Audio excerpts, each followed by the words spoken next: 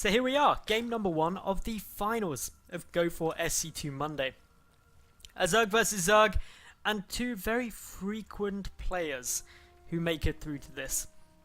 In the top right of Frost, we have got the pink Zerg player representing Vega Squadron, JonnyREcco. And his opponent, to the lower left, the green Zerg representing Team Dignitas, it is Tefel. So, these two have played each other a heck of a lot. In May alone, they played each other 4 times in best of 3 series. And if I'm not mistaken, they were... Wait, let's find out where these were. It was... Is it going to tell me? No, it's not going to tell me. It's not going to tell me. I hoped it would, but it decided not to. So anyway, 4 times in May. That's crazy. There it was Recco, Tefel. But in their history against each other, of every game played that's been broadcast, it is currently 10-14 in favour of Tefel. However, the stats say that Recco is only marginally less favoured to take this series. It's literally 49 to 51%. Actually less than that, 49.7 to 50.3. So very, very, very close series. Openings are quite different though. We've got a pull first out of Tefel, whereas Recco has gone for a hatch first. So different builds, different plans. Going to be exciting to see how it plays out. Interestingly, Recco not going for the gasless play that he so frequently does do in Zerg versus Zerg, and instead gets that gas down before the spawning pool. Going to be playing things a bit more safe, probably for the defensive baneling nest that we saw him do in his semi-final games. Meanwhile, over at Tefel's side, he went for the 14 pool, into the hatch, into the gas. It's what Tefel does. Tefel and 14 pools are literally like the British and tea. They just go hand in hand. And it works for him. Tefel has probably a very unique style of Zerg, just in general, not only ZvZ, but across the board. He isn't a full-on like cheesy Zerg, where he's just like, yeah, let's make tons of Zerglings or tons of roaches and just go and kill them. But he's also not a macro Zerg. He kind of falls into a bit more of a standardized RTS playstyle, in that he gets a bit of economy down, he then grabs a couple of lings, goes for a bit of pressure. Usually he gets kind of around 10 to 14 lings down early on, pokes and prods a bit, sees what he can do. Droning behind that, then kind of gets a couple more, say, roaches out or something like that. Couple more units out. And it's that balance, which is very rarely seen from a Zerg player. Generally, Zerg players are quite all or nothing. They're just like, for the next 5 minutes, I will drone. And they will literally just drone, unless they absolutely have to do something other than drone. And then they'll do the minimum they possibly can. And they'll be like, right, I've got lots of income. Time to make units. And they will make nothing but units for as long as they can. And that's basically how most Zergs play, but not Tefel. And I realised I made that into a staggeringly long analogy. But it was good I did, because not too much is going on. Tefel is actually droning really hard at the moment. I expect his frequent pump of lings to come shortly. But he's still droning, and this is going to cause him problems, because Recco is speedling all-inning. He is indeed. Okay, first 2 lings are coming from Tefel. Recco's got a beautiful scout down. He's checked everyone. He's been like, you, sir, have no baneling nest.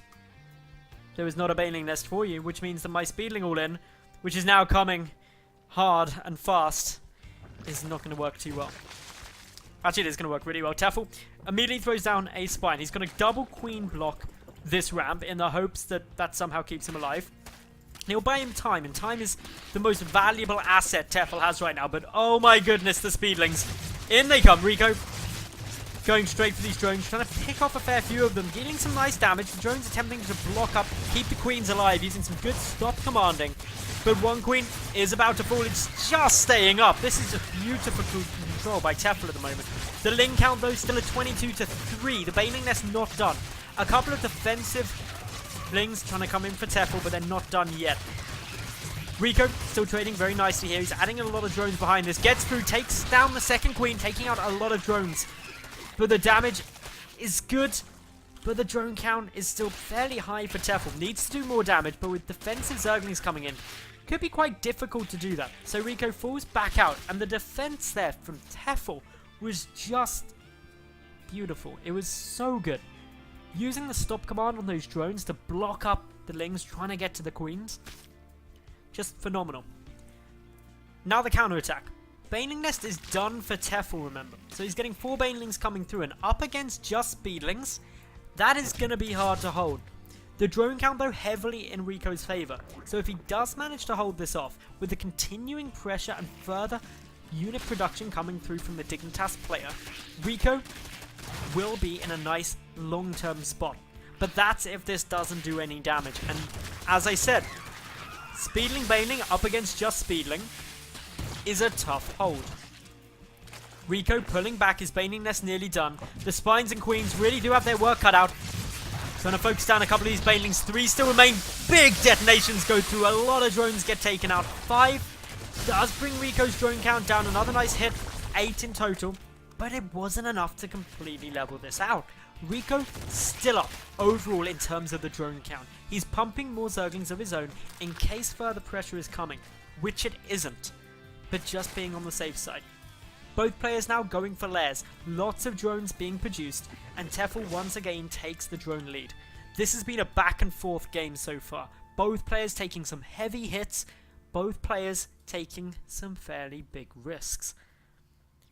And I'd say it's pretty level at the moment. Their supplies are very level, the drone counts are very level, the army supplies are very level. REcco should be able to deal a little bit of mischief.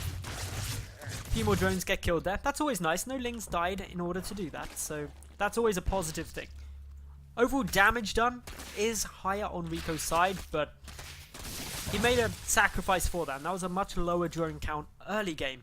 So it's probably very equal overall in terms of the resources lost if you factor lost mining time on REcco's side. REcco going to be grabbing the Spire down now, so looking to tech up into Mutalisks, as is Tefel. So both players going to be going for those Mutas across a very big map, able to utilize those agile, fast-moving units a lot better than other maps. There's also a decent amount of cliff area, so a third base getting taken allows you to be very active with those Mutas, trying to find an avenue to attack and deal some damage.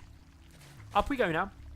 Quick little look at some more Banelings morphing through, but REcco predominantly just being on the defensive side and pumping out even a handful of Banelings reduces the available gas in order to start Mutalisk production.